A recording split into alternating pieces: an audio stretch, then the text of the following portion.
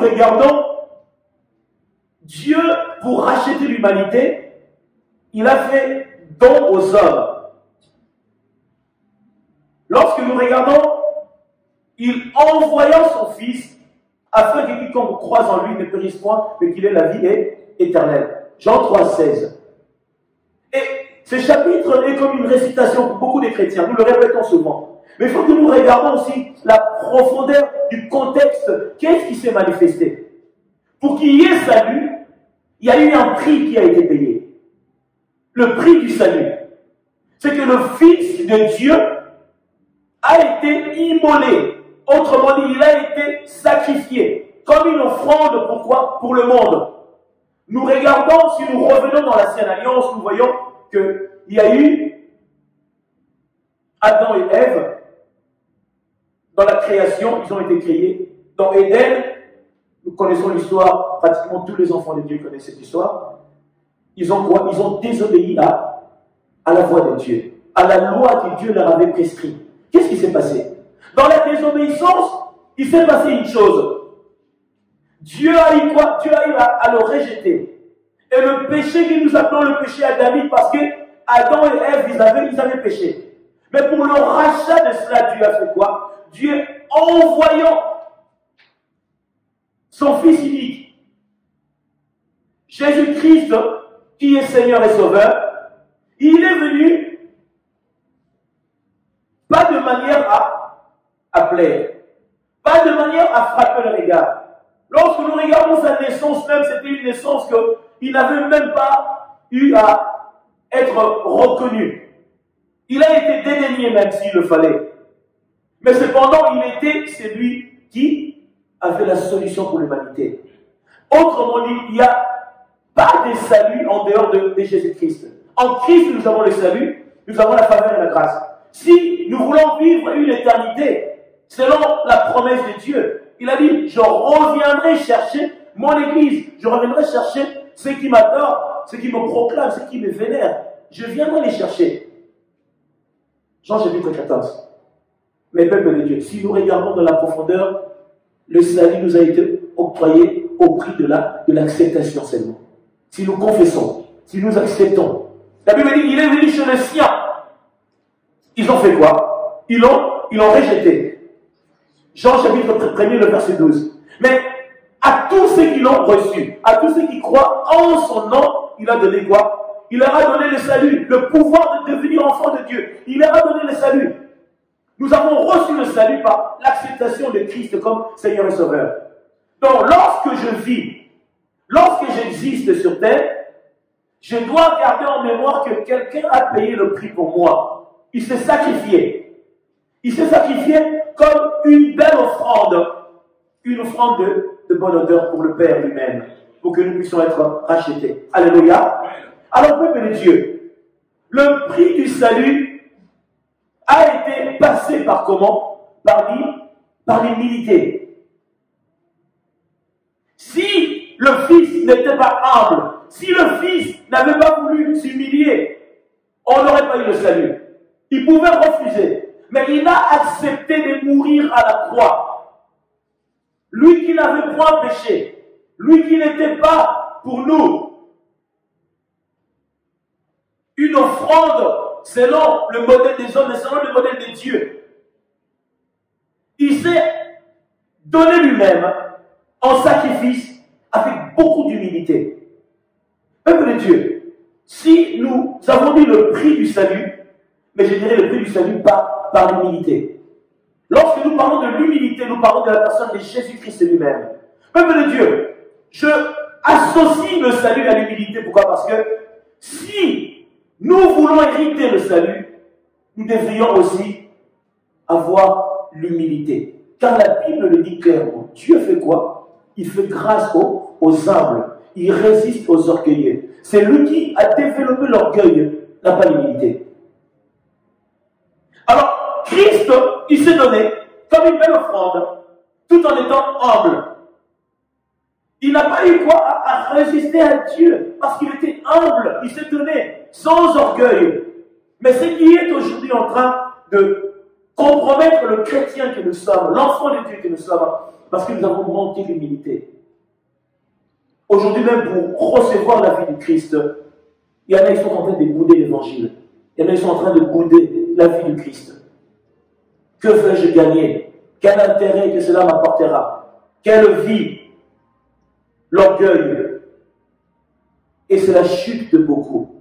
L'orgueil, c'est la chute de beaucoup. Beaucoup sont aujourd'hui périssants à cause du manque de quoi? D'humilité. Mais je vais prendre un texte, parce qu'on a beaucoup à lire aujourd'hui. Je vais prendre 2 Chroniques, chapitre 7. Alléluia. Dieu parle dans 2 Chroniques, chapitre 7, 14. Nous connaissons ces textes. 2 Chroniques, chapitre 7, 14. Le Seigneur parle ainsi. Pendant la seconde apparition de l'Éternel à Salomon, qui fut un grand roi en Israël, Dieu lui parle ici.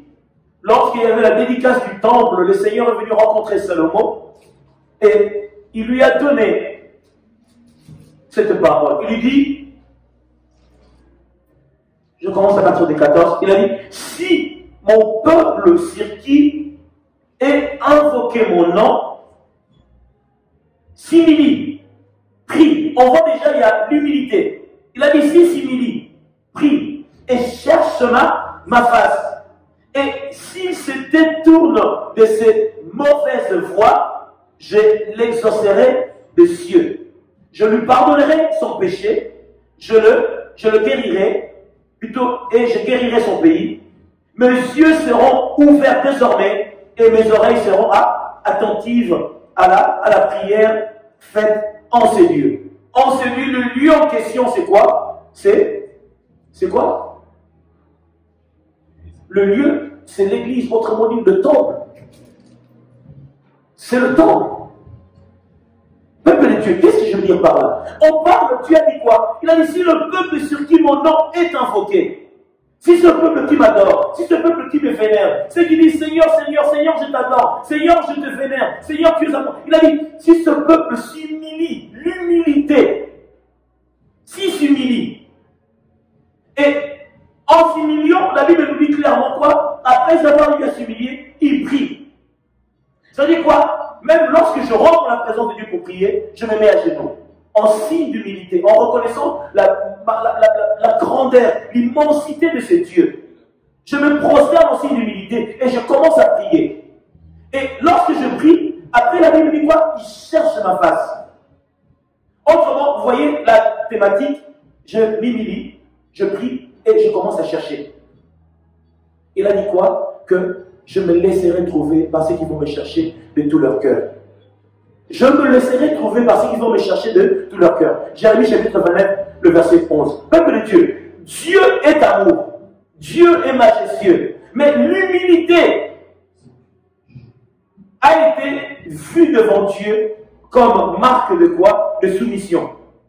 Parce qu'il est majestueux. Les anges se prosternent devant lui. Il est grand dans sa majesté. C'est lui qui reconnaît la suprématie de l'Éternel des armées. Il doit s'humilier. Mais lorsque nous ne nous humilions pas, on a la vision d'un orgueilleux, un prétentieux devant le Créateur.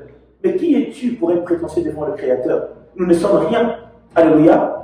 Alors Dieu est dans sa grandeur et dans sa majesté. Je vous invite à vous asseoir, peuple de Dieu. Et chacun de nous, lorsque nous lisons la parole de Dieu, nous devrions faire attention. Ici, Salomon a bâti le temple. Pendant la dédicace, Dieu a dit, je valide ce que tu as fait. Mais cependant, le peuple sur qui mon nom est invoqué, voilà la thématique, la marche. Pourquoi? Pour rentrer dans ma communion et dans ma volonté, dans ma faveur. L'humilité, la prière, chercher ma face, et se détourne de mauvaises voies. Et par là, maintenant, Dieu dit quoi? Je viendrai pour me révéler à eux et pour les exaucer. Quelqu'un est là? Amen. Que Dieu soit loué. Alors, peuple de Dieu, lorsque nous regardons la Bible, Christ lui-même qui est Dieu, il a dit quoi? Il a dit de tous ceux qui sont nés de la femme, il n'y a pas plus grand que Jean-Baptiste. Mais Jean-Baptiste lorsqu'il était à Jourdain, il dit clairement quoi que celui qui vient après moi, il est quoi? Il est plus grand. Et je ne suis même pas digne de quoi?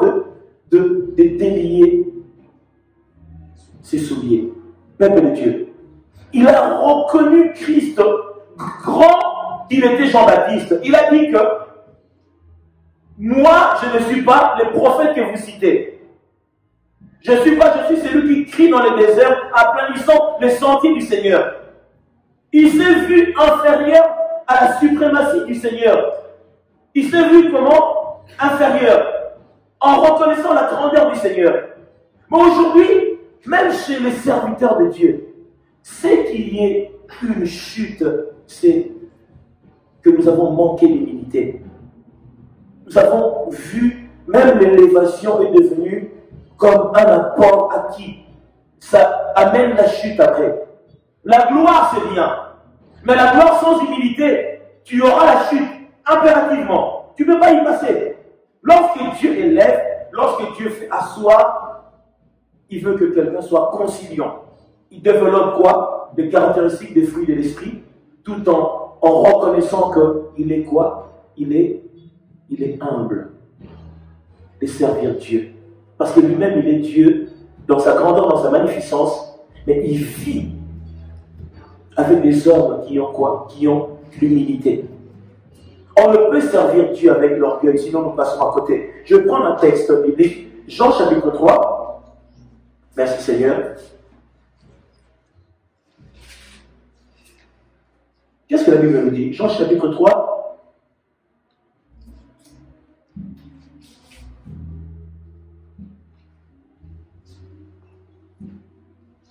Pour ne pas tout lire, nous allons prendre ce qui est favorable pour nous. Nous y sommes. Je bénis Dieu.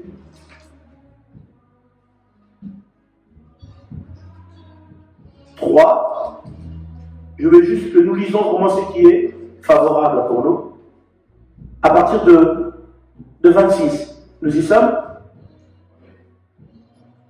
Il vint trouver Jean et lui dire, Rabbi, c'est lui qui était avec toi au-delà du Jourdain et à qui tu as rendu témoignage. Voici, il baptise et tous vont à lui. Jean répondit, un homme ne peut recevoir que ce qui lui a été donné du ciel. Vous-même, vous m'êtes témoin que j'ai dit, je ne suis pas le Christ. Quelqu'un est là? Il a dit, je ne suis pas le Christ. Je ne suis pas le Christ. Mais j'ai été envoyé devant lui, celui à qui appartient l'épouse. C'est l'époux. Mais l'ami de l'époux qui se tient là et qui l'entend éprouve une grande joie à cause de la voix de l'époux. Alléluia. Quelqu'un est là ou pas? Jean reconnaît clairement que dans ce que vous avez eu à entendre, je ne suis pas le Christ. Peuple de Dieu, aujourd'hui, beaucoup veulent prendre la place de Dieu. Beaucoup veulent représenter l'Éternel, mais tout en étant Dieu. Je parle en qualité de roi, mais je sais que d'autres rois, ils se sont quoi? Ils se sont fourvoyés dans ces choses de l'Évangile. Il a dit quoi? Il ne partage pas sa gloire avec les hommes. Mais lorsque Dieu élève, il faut vivre dans la thématique, dans le modèle de Dieu. Si tu sers Dieu, mais tu veux vivre selon le modèle que toi-même tu as établi, tu te fais grand par toi-même, tu vas te perdre. Tu finiras par te perdre. Vous voyez la gloire là, c'est à Dieu. La gloire appartient à Dieu. Et lorsque Dieu a sa gloire, il ne peut pas le partager avec l'homme. Il donne à l'homme une portion. Mais lorsque nous sommes élevés, lorsque la grandeur, lorsque l'élévation vient, même l'argent, on manque l'humilité. On se croit maître du monde. La suprématie nous a été donnée. Et vous regarderez beaucoup de ces personnes-là, leur chute est tellement dramatique. On se dit, mais qu'est-ce qui lui arrive? Il lui arrive ça parce qu'il a manqué l'humilité. L'humilité, c'est quoi? C'est l'obéissance à la parole de Dieu. C'est celui qui marche dans l'humilité, obéit à la parole de Dieu comment? Par les prescriptions et les préceptes que Dieu a mis. Lorsque nous n'obéissons pas à cela, nous sommes quoi? Nous sommes ennemis de l'évangile. Nous allons croître, mais pas pour donner la vie, mais pour donner la mort. Ça devient très dangereux. Je vais prendre encore un texte similaire, Matthieu chapitre 3.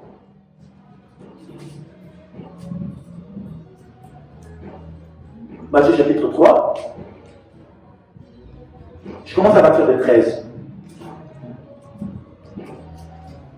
La Bible dit, alors Jésus vint de la Galilée au Jourdain vers Jean pour être baptisé par lui. Mais Jésus s'y opposait. Plutôt Jean s'y opposait en disant, c'est moi qui ai besoin d'être baptisé par toi. Et tu viens à moi.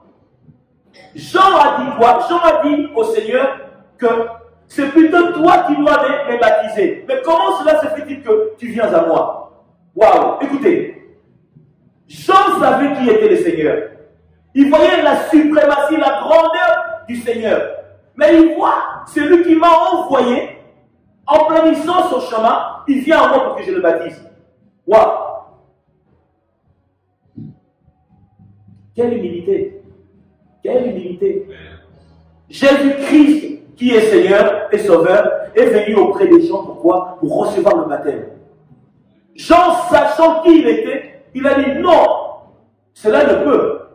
C'est moi qui devrais plutôt recevoir le baptême venant de toi. Mais regardez la sagesse et la pensée du Seigneur. Jésus lui répondit, laisse faire maintenant, car il est convenable que nous accomplissions ainsi tout ce qui est juste.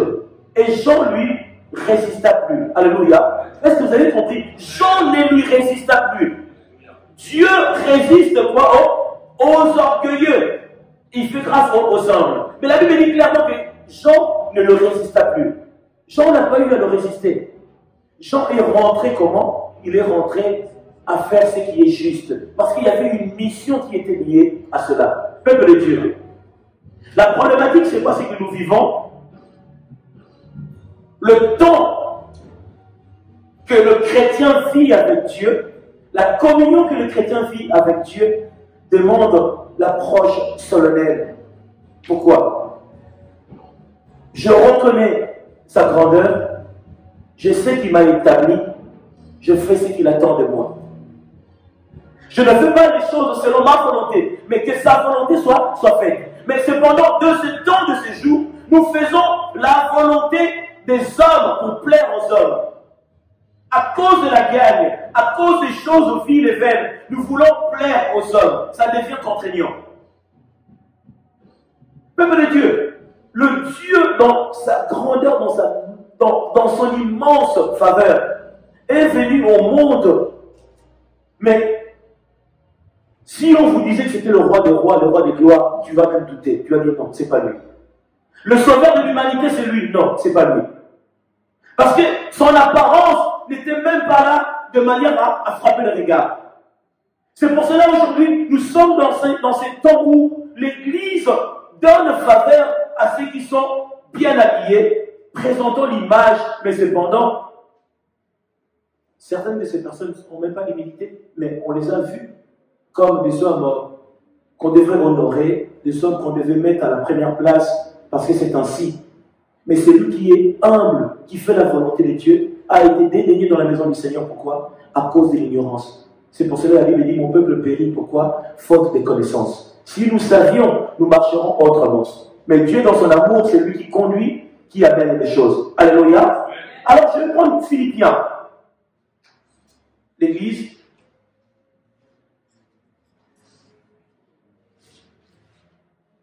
L'Église a besoin de recevoir son réveil. Le réveil de l'Église passera par une parole de grâce, une parole de feu, une parole de lumière qui va éclairer la maison de Dieu.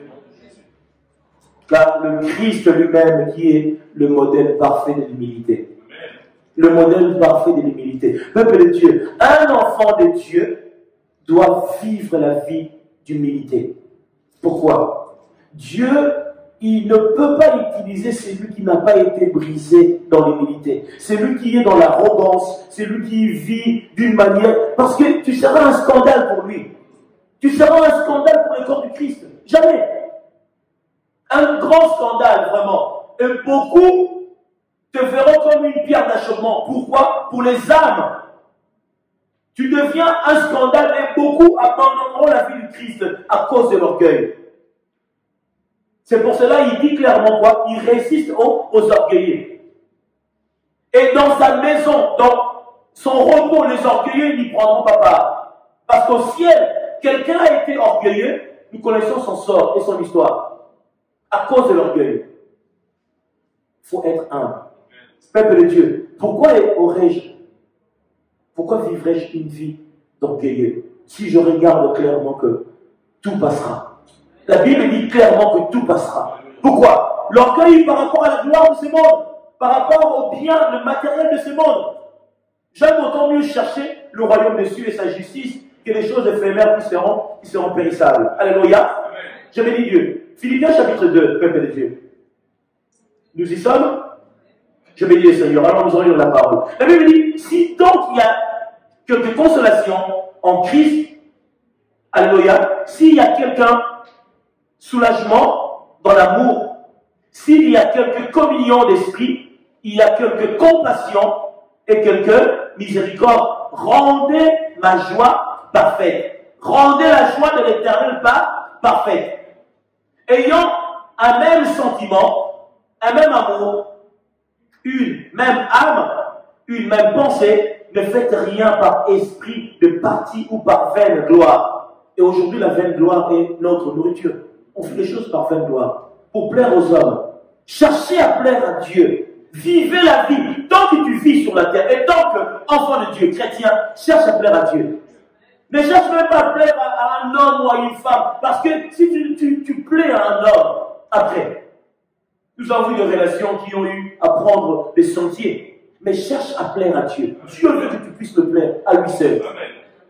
Car si tu plais à Dieu, tu ne sais pas la récompense qui te sera accordée. Parce que ceux qui font sa volonté, il sait comment aussi le glorifier. Mais que l'humilité vous fasse regarder les autres comme étant au-dessus de vous-même. Waouh! Que l'humilité vous fasse regarder les autres comme au-dessus de vous-même. Pourquoi? Parce que celui qui est humble élève les autres. Un serviteur, on dit pasteur. C'est qui vraiment un pasteur? C'est lui qui paie le troupeau. Dieu l'a établi pour être son serviteur pour son peuple. Il est le serviteur. C'est-à-dire qu'il est au service de vous. Il n'est pas là pour se servir, mais il est là pour servir. On dit qu'il est esclave. L'apôtre Paul dit clairement qu'il est esclave. Pas un esclave malheureux, triste, qu'on est en train de fouetter. L'esclave de l'évangile pour la mission que Christ lui a donnée. Il était même content de se plaire dans ses liens. Mais les liens d'amour que Christ l'a pris pour faire sa volonté. Il se sentait joyeux par sa tâche, par sa mission. Ce n'est pas un esclave malheureux, mais joyeux. Parce que dans cette mission, combien même nous sommes esclaves pour l'évangile, mais nous sommes joyeux à cause de l'amour du Christ. Dieu nous aime. Il n'y a pas plus glorieux que servir Christ. Il n'y a pas plus joyeux qu'être serviteur de Jésus-Christ. Car la récompense terrestre est périssable, mais la récompense céleste est glorieuse et majestueuse. Ça demeure pour l'éternité.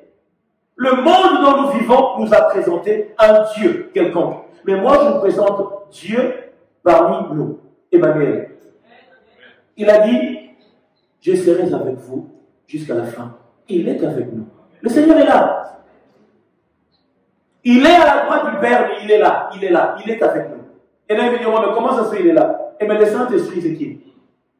C'est qui le Saint-Esprit? Ils ont juste fait quoi? Un transfert. Il est monté, il est descendu. Et celui qui est monté lui-même, il est descendu aussi. Parce qu'il est là, le Seigneur est là. Tant que le Saint-Esprit sera là, il y aura toujours l'Église. Comme l'Église demeurera jusqu'à l'enlèvement, le Seigneur est avec vous. Parce qu'il a dit, je serai avec vous jusqu'à la fin. Il n'a pas menti, il est avec nous. Le Seigneur est avec nous. Mais chacun de nous doit quoi? Doit faire attention de ce qu'il est censé faire. Que chacun de vous, au lieu de considérer ses propres intérêts, considère aussi ceux des autres. Ayez en vous des sentiments qui étaient en Jésus-Christ. Des sentiments qui étaient en Jésus-Christ, existant en forme de Dieu. Il n'a pas regardé son égalité avec Dieu comme une proie arrachée, mais il s'est dépouillé lui-même en prenant une forme de serviteur. Waouh! Forme de serviteur. Il était venu pour servir. C'est pour cela qu'on dit quoi? Il est l'agneau. Un agneau qui a été immolé au service de Dieu pour le rachat de l'existence humaine sur la terre. En devenant semblable aux hommes, pourquoi? Parce qu'il était Dieu, semblable aux hommes, il a paru comme un vrai homme et il s'est humilié lui-même. Il s'est humilié. Il s'est humilié. Peuple de Dieu, Dieu dans sa grandeur, dans sa magnificence. On a mis quoi? À la croix. Il a été humilié, couronne de pine sur la tête. Il a été fouetté pour toi. Lorsque tu commets un péché, la croix a déjà résolu ton problème. La croix, tu as seulement à revenir vers la croix. Pourquoi? Pour demander quoi? Pardon et miséricorde, et il te sera accordé. Parce que Christ a déjà tout payé. Il a tout payé. Il a été une croix, mais il ne s'est pas mis égal à Dieu. Mais il s'est humilié, pourquoi? Pour que le monde reçoive la grâce et la faveur. Christ l'a fait. Il s'est humilié lui-même. La Bible dit, il s'est rendant obéissant jusqu'à la mort. Même jusqu'à la mort de la croix. C'est pourquoi aussi Dieu l'a souverainement élevé. Peuple de Dieu, lorsqu'on s'humilie, lorsque nous sommes obéissants à la voix de Dieu, il n'est pas étonnant que Dieu t'élève souverainement, glorieusement. Autrement dit, celui qui accomplit sa mission ou une tâche sur la terre, il est une personne qui recevra une récompense, si je peux dire ainsi, une récompense de taille, proportionnelle à la mission qu'il a fait, qu'il a accomplie. Aujourd'hui, la manière d'être souverainement élevé, il ne s'est pas arrêté là. Alléluia. La Bible dit, et lui a donné le nom qui est au-dessus de tout nom. C'est pour cela que nous voyons le criant au nom de Jésus, aux démons, aux sorciers, aux puissances des ténèbres. Lorsqu'ils entendent ce nom-là, ils commencent à fuir. Au nom de Jésus, il n'y a personne. Au nom de Jésus, il n'y a personne. Pourquoi? À cause du prix qu'il avait payé. Il s'est rendu obéissant jusqu'à la mort à la croix. C'est pour cela que Dieu l'a souverainement élevé. Et à son nom, la Bible dit quoi? Que tout genou fléchit et toute langue confesse qu'il est Dieu. Au nom de Jésus, qui est au-dessus de tout nom, afin qu'au nom de Jésus, tout genou fléchisse dans le ciel, sur la terre et sous la terre. Alléluia. Même dans les eaux, dans le monde des sirènes des eaux, il est Dieu.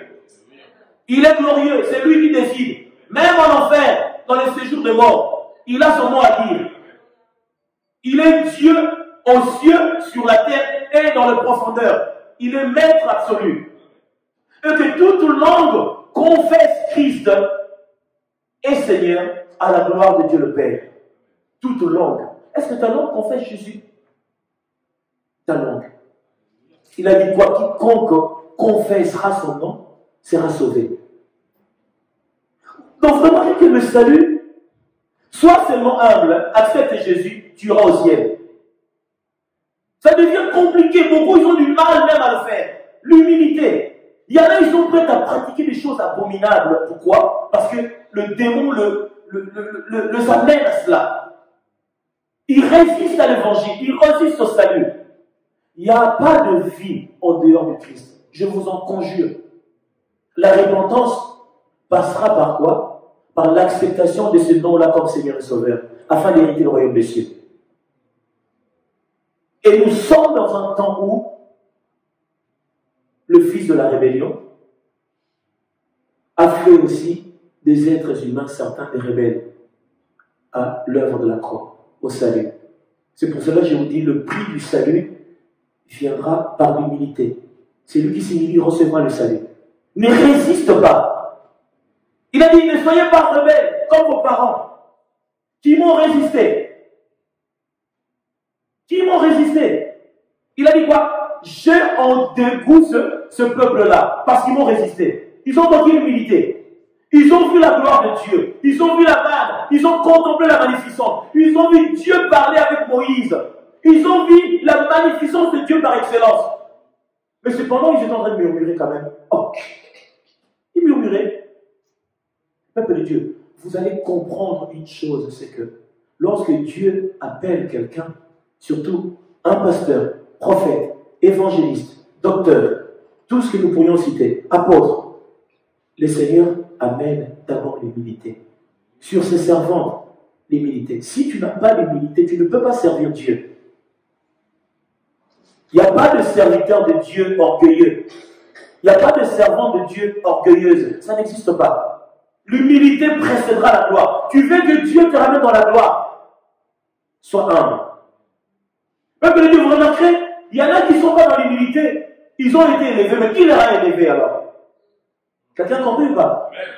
Ils sont élevés, mais dans leur apparence, dans leur opulence, mais ils sont tellement orgueilleux. Dieu ne peut pas élever un orgueilleux, ça n'existe pas. Où Satan l'a élevé, et comme il est rebelle, il lui a communiqué la rébellion. Ces gens-là sont fiers, orgueilleux. Moi, je les appelle les citoyens de l'enfer. Quelqu'un là ou pas? Les citoyens de l'enfer. Nous sommes citoyens de la France. Nous vivons en France, mais eux, ils sont des citoyens de l'enfer. Pourquoi? Parce qu'ils sont rebelles à la parole de Dieu. Ils ont pour père Satan le diable. Car celui qui désobéit à Dieu, celui qui est orgueilleux, ne prendra pas part au royaume des cieux. Ça n'existe pas. Quelqu'un est là? Amen. Alors, nous allons parler d'une personne, peuple de Dieu, qui était un orgueilleux par excellence.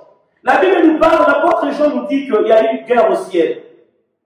Dans cette guerre, il y avait un ange qui était un ange avec beaucoup de prestance. C'était le dirigeant de la chorale, l'adoration de l'Éternel, et lui, il était comme le chef d'orchestre. Il était en train d'amener l'adoration. Les gens adoraient le Seigneur. C'était dans la gloire. Mais la pensée qu'il avait développée, même le Créateur lui-même, je me demande si il se posait des questions, comment est-ce qu'il a développé cela. C'est pour cela, vous remarquez, Genèse chapitre 6, Dieu s'est repenti, le message qui a été donné, d'avoir créé. Pourquoi? Parce que le cœur de l'homme va toujours faire le mal. L'homme, que nous sommes les humains, et au ciel, il y a eu un ange qui a développé ça aussi. Il a dit, j'irai quoi? J'irai m'installer sur quoi? Sur le trône de l'Éternel. Je serai semblable à l'Éternel. On dit de lui, astre brillant. L'ange aux ailes déployées. Parce qu'il était créé avec beaucoup d'éclat. Lucifer, Satan.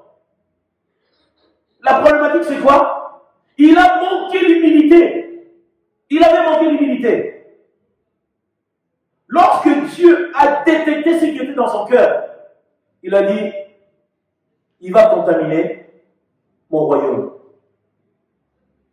Il a été dit, ce n'est même pas Dieu qui l'a jeté, c'était les anges. C'était les anges. Ils l'ont précipité. Ils ont compris que tu n'es plus de nôtre, tu dois partir. Il a été précipité sur la terre. Il est aujourd'hui la cause principale de beaucoup de rebelles sur la terre à l'évangile. De la même manière, ce qu'il a été manifesté au ciel, il est venu le manifester sur la terre. Lui-même, il a été rebelle à l'évangile au ciel et il est venu faire la même chose ici. Alors, ceux qui sont rebelles à l'évangile, ils ont manqué d'humilité. Écoutez, lorsque Dieu te donne des responsabilités, lorsque Dieu te assoit dans sa gloire, et vous remarquez beaucoup de gens, il suffirait l'élévation d'une manière. Dieu veut même aller loin. Il t'a élevé un peu, tu commences à faire n'importe quoi. Il veut t'amener dans la grandeur, tu commences à faire n'importe quoi. Peuple de Dieu, si vous voyez dans la maison de Dieu, il y en a qui commencent à faire des choses qui ne sont pas appropriées à l'évangile. Dieu les a quittés. Même s'ils étaient des élus de Dieu. Si tu vois que quelqu'un commence à dérailler, le Saint-Esprit n'est plus là. Parce que Dieu dans l'église regarde l'ange, le pasteur. Si le pasteur commence à dérailler, vous comprendrez, le peuple va se fourvoyer. Et lorsque le pasteur lui-même, il commence à se perdre, on dit, on donne que ce qu'on a.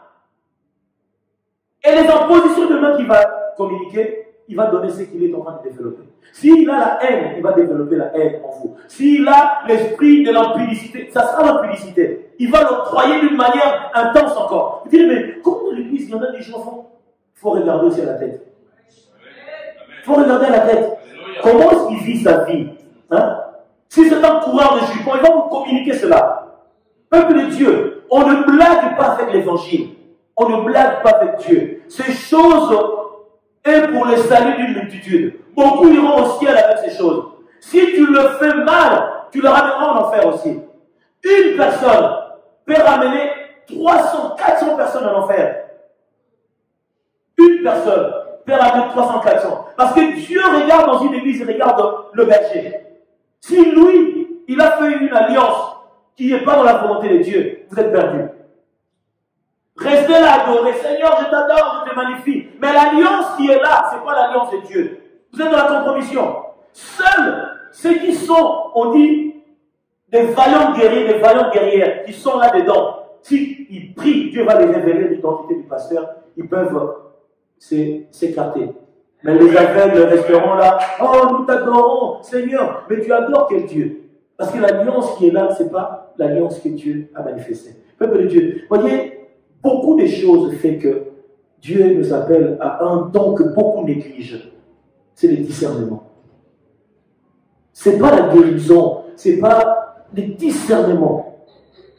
Ça a une importance capitale dans la vie d'un enfant de Dieu. D'avoir à discerner, en esprit surtout, ce qui est tout autour de toi. Qui est-il? Il n'est pas interdit de consulter Dieu pour demander l'état d'âme de ton pasteur. Il n'est pas interdit. Tu rentres dans une église pour prier, tu ne sais même pas qui il est celui-là. Oh, on adore bien hein, ici. Hein. Oh, il chante bien. Regarde comment il est conduit.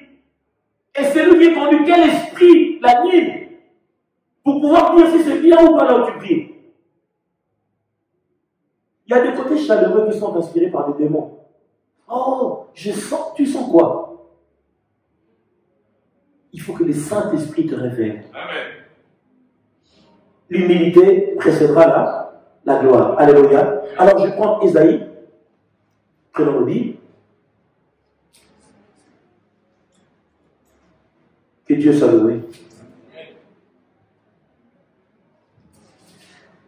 Ésaïe chapitre 14.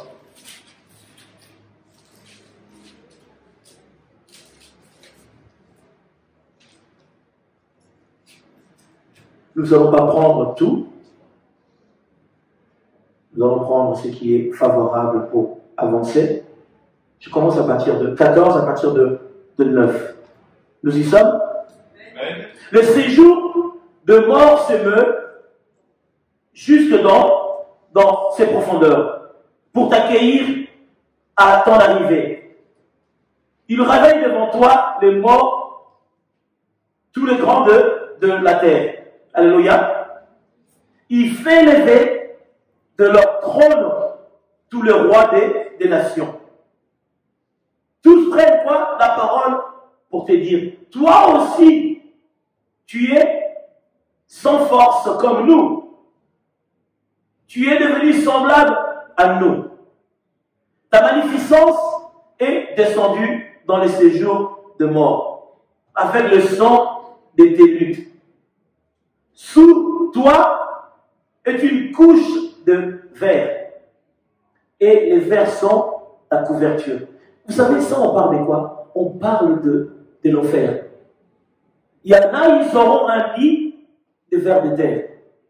Imagine quand tu dors dans ton lit, déjà ton lit, si l'oreiller n'est pas bien placé, Tu vas chercher même un autre oreiller douillé pour que ton cou soit... Mais là, ça sera un lit avec de verre. La domiciliation, le lieu où tu dormiras en enfer. Le lit plein de verre. Imagine, lorsque tu as un lit plein de verre, comment est-ce que tu pourras faire de beaux rêves? Comment est-ce que tu pourras même rêver? Tu rêveras des choses qui ne sont même pas imaginables, des pensées. Ça sera le prix de ceux qui ont rejeté la parole de Dieu. Nous y sommes 12. Te voilà tombé du ciel, astre brillant, fils de l'aurore. Tu es abattu à terre. Toi, le vainqueur des nations, tu disais en ton cœur, je monterai au ciel, alléluia, je lèverai mon trône au-dessus des étoiles de Dieu. Je m'assierai sur la montagne de l'Assemblée, à l'extrémité du septentrion, je monterai sur le sommet des nuées, je serai semblable au Très-Haut. Waouh! Je serai semblable au Très-Haut. Satan, par l'orgueil, il a voulu quoi? Il a voulu être comme le Créateur, comme le Tout-Puissant. On lui représente, regarde, toi qui étais élevé, toi qui avais la grandeur, toi qui avais la suprématie, toi qui étais élevé au ciel, maintenant tu es devenu comme nous. Tu n'as plus la présence, tu n'as plus la grandeur. On t'a humilié parce que tu avais manqué l'humilité. Tu étais orgueilleux. Regarde, tu as manqué même ce qui était pour toi une présence. Tu es devenu comme nous. Parce que lorsqu'on veut faire des choses selon le modèle que nous voulons faire, nous nous écartons de la volonté de Dieu. Alors 15, la Bible dit, mais tu as été précipité dans le séjour de mort, dans les profondeurs de la fosse. Ceux qui te voient fixent quoi sur toi leur regard. Ils te considèrent attentivement, ils te considèrent attentivement, et cet homme qui faisait trembler la terre. Alléluia. Et celui-là, le grand pasteur là qui, et celui-là qui avait une foule comme ça, est-ce que c'est lui-là le pasteur? Ça c'est Dieu. Il est celui qui élève, il est celui qui rabaisse. Il est celui qui donne, il est celui qui retire. Il est celui qui observe, à un moment il agit. Dieu a dit, ses yeux sont purs. Pourquoi? Pour voir l'iniquité. Lorsque tu vis dans l'iniquité, lorsque tu fais des choses, si tu ne te répands pas, le Seigneur viendra te juger. Et le jugement de Dieu, lorsque viendra, tu seras surpris. Satan, ce qu'il développait, le Créateur savait déjà ce qu'il avait développé dans son cœur. Au ciel, tu ne peux pas avoir un cœur d'animosité. Oh, je pense, lui, je vais peut-être lui arracher les yeux. Oh, lui, je vais lui arracher le bras. Non, au ciel, c'est l'amour. Tout le monde est aimant, tout le monde vit dans l'amour, dans la paix, dans la communion. Telle est la volonté de Dieu. S'il a été précipité parce qu'il a été orgueilleux, la place qu'on lui avait donnée l'a amené dans l'orgueil. Et cet orgueil a fait de lui la cible de quoi? De la chute. La chute commence à te regarder. Lorsque tu commences à développer l'orgueil, la chute vient juste à côté. Il sait que bientôt là, il va t'entraîner. Continue, la chute vient. La chute vient. Et lorsque la chute s'approche, il fait quoi? Il va t'attirer avec lui et te précipiter vers la mort. Alléluia. Si aujourd'hui l'humanité est dans une balance, parce que le monde des ténèbres veut ravir plus des âmes, et Dieu veut ravir plus des âmes aussi, veut retirer les âmes des séjours de mort. On peut vivre sur la terre, mangeant, vivant, mais on est déjà candidat de l'affaire, si on ne se reprend pas. Tu manges, tu es bien habillé, tu vis ta vie, mais tu es citoyen de l'enfer. Ton nom est inscrit dans les livres de mort. Mais la chose qui manque à beaucoup, même ceux qui pratiquent la démologie, il manque l'humilité. De reconnaître que j'ai en moi des choses qui sont contraignantes dans la volonté de Dieu, je vais me repentir. C'est ce qui manque à beaucoup d'entre nous. Et c'est pour cela que la Bible dit quoi? L'humilité fera quoi? Il précédera la gloire. Vous savez qu'est-ce qui tue le monde aujourd'hui? On veut prendre ce qui appartient à Dieu. ce qui appartient à Dieu, tout le monde veut l'avoir dans ce monde. Que ce soit les chrétiens, les païens, les autorités, les présidents, ils veulent avoir ce qui appartient à Dieu. Lorsqu'on veut l'avoir, comme ces choses-là sont trop lourdes, lui-même qui le porte parce qu'il est Dieu. Lorsque toi tu es un homme, tu veux porter ce qui appartient à Dieu, ça devient pour toi une destruction absolue. Vous savez quoi? Prenons le Bible, Matthieu chapitre 1.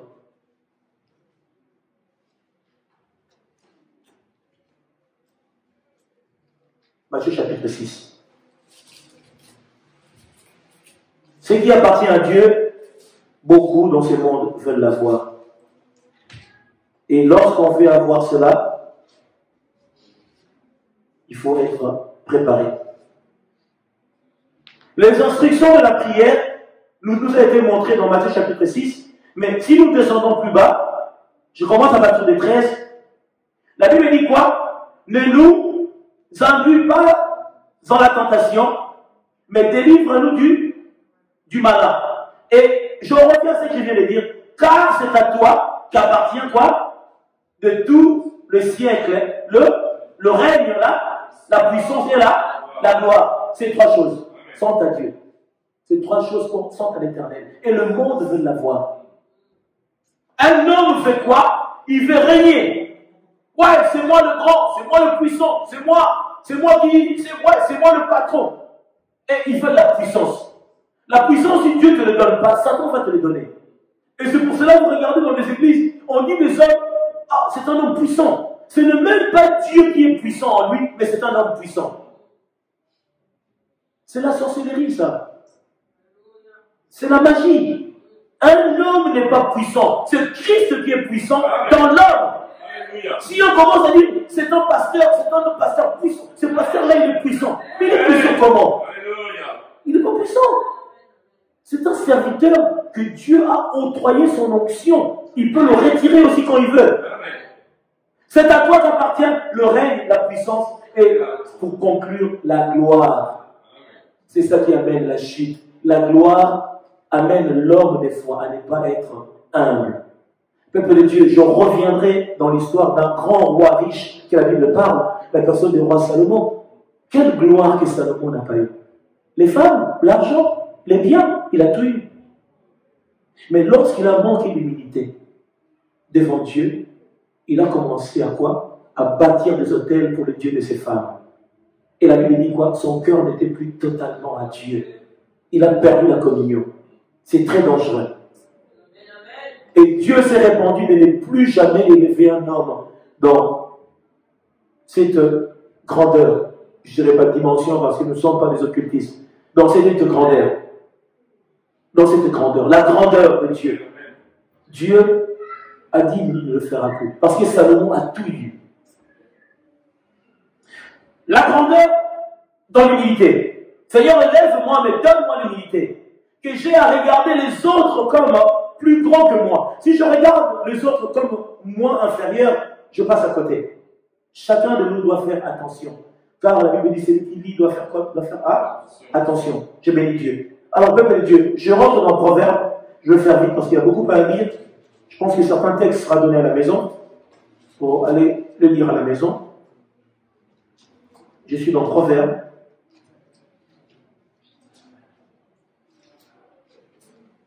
Proverbe chapitre 15.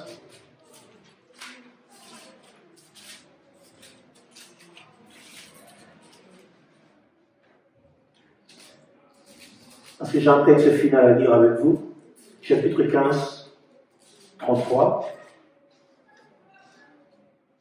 La Bible dit, la crainte de l'Éternel enseigne la sagesse et l'humilité précède la gloire. Il y a encore un autre texte qui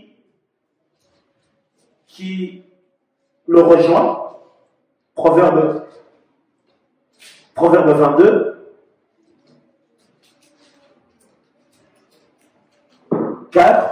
Le fruit de l'humilité, de la crainte de l'Éternel, c'est la richesse, la gloire et la vie. Voilà. Quelqu'un est là? Je bénis Dieu. Sophonie. chapitre 2, 3, la Bible dit, cherchez l'Éternel, vous tous, comment humble du pays, qui pratiquez ces ordonnances, cherchez la justice, cherchez l'humilité. Alléluia. Cherchez la justice, cherchez l'humilité. Soyez humbles, car la consolation d'Israël est venue lui-même avec beaucoup d'humilité. Christ est venu dans une naissance. Aujourd'hui, moi, mon enfant, il faut qu'il soit né dans tel hôpital et tout. Il faut que...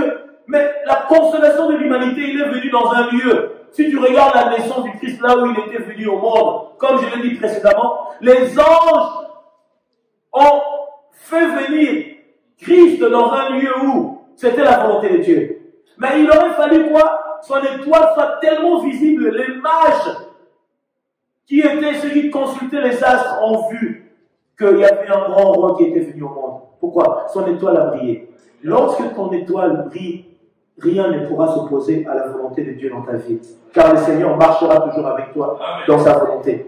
Alors, je vais faire vite. Je reviens encore dans Proverbe. Proverbe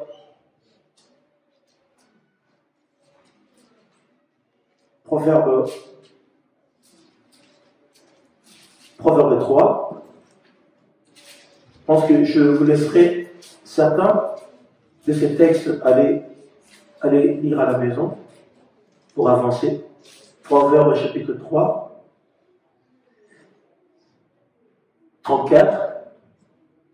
La Bible dit, il se moque de moqueurs, mais il fait grâce aux humbles. Alléluia. Il se moque de moqueurs. Dieu se moque de moqueurs. Mais celui qui est humble, qui est rempli d'humilité, c'est celui qui fait quoi? Qui fait la volonté de Dieu et qui plaît même à l'Éternel. Dieu aime cela. 16, Proverbe 16, 18. La Bible dit, l'arrogance précède la ruine et l'orgueil précède quoi là? La chute. Celui qui est dans l'orgueil, qui s'attend un jour que la chute viendra le précéder. Et ça va faire beaucoup de dégâts dans sa vie. Alléluia. Dieu est tellement bon et tellement amour. Je vais prendre Actes des Apôtres pour faire vite. Le temps doit nous être favorable, je pense. Actes des Apôtres 20. 18.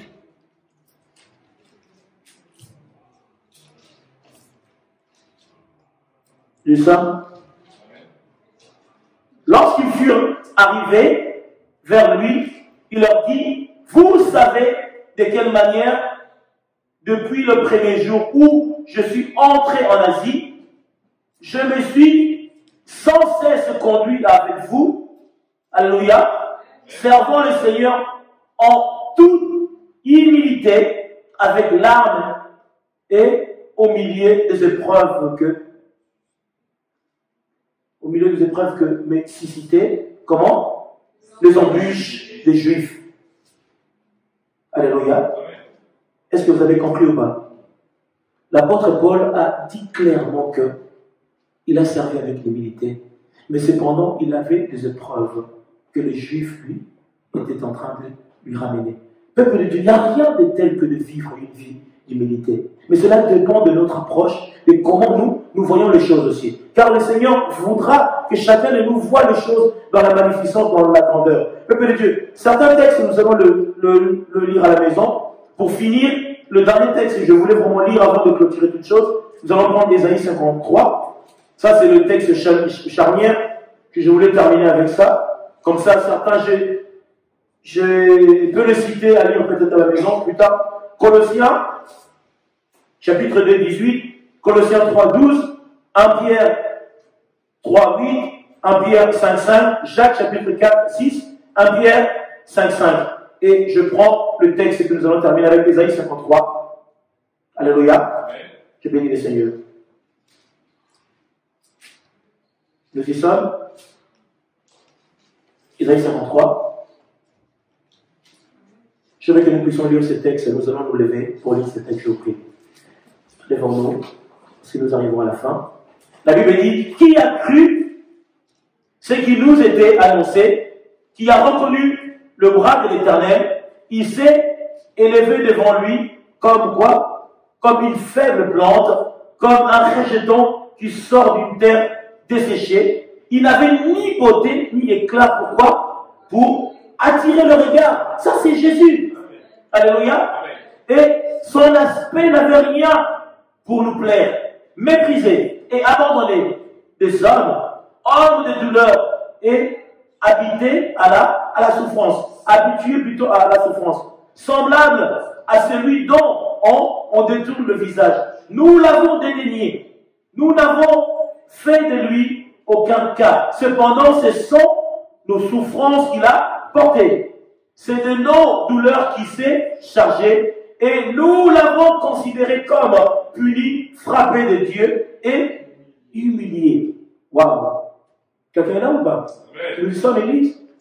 Alors, c'est réparti 5. Mais il était quoi? Il était blessé pour nos péchés. Brisé par nos iniquités. Le châtiment qui nous donne la paix est tombé sur qui? Sur lui. Et c'est par ce meurtrissure que nous sommes guéris. Nous étions tous errants comme des brebis. Chacun suivait sa propre voie. Et l'Éternel a fait retomber sur lui l'iniquité de nous tous. Alléluia. Est-ce que vous vous rendez compte comment celui qui n'avait ni beauté ni éclat, on l'avait même dédaigné. On croyait qu'il était puni de Dieu. On croyait qu'il avait commis des fautes. Si tu es vraiment le Fils de Dieu, descends de la croix. Si vraiment tu es le sauveur de l'humanité, pourquoi tu ne te sauves pas toi-même? Mais il avait une mission par rapport à cela. Il a accepté l'humiliation. Il a accepté d'être humilié. Il a payé un prix précieux. Christ est mort pour l'humanité. Lorsque l'humanité ne reconnaisse pas Christ, nous dédaignons Christ. C'est que le prix du salut nous a été quoi? Ravi, banni. En Christ, nous avons le salut. En Christ, nous sommes sauvés. En Christ, nous avons le bien-être et le réconfort. Peuple de Dieu. Si tu es chrétien, tu ne reconnais pas cela, tu n'es pas un enfant de Dieu. Nous sommes censés reconnaître. Il a dit par ces meurtrissures, nous avons la guérison. Lorsque tu es souffrant, reconnais Christ sur la croix qu'il a payé le prix pour toi. Il s'est livré par amour pour que nous puissions prendre la grâce et la faveur. Alléluia. Le reste, ce texte, tu le continueras à le lire à la maison. Alléluia. Je pense que nous avons présenté la parole. Sache que l'humilité précède la gloire. Alléluia. L'humilité précède la gloire. Lorsque tu vis avec Dieu, vis dans l'humilité. Car l'humilité est pour nous gain, parce que le Seigneur marche avec ceux qui marchent dans l'humilité. Que Dieu nous bénisse. Au nom de Jésus, nous acclamons la parole de Dieu. Que Dieu nous bénisse. Nous bénissons le Seigneur. Alléluia. Gloire à Dieu. Amen.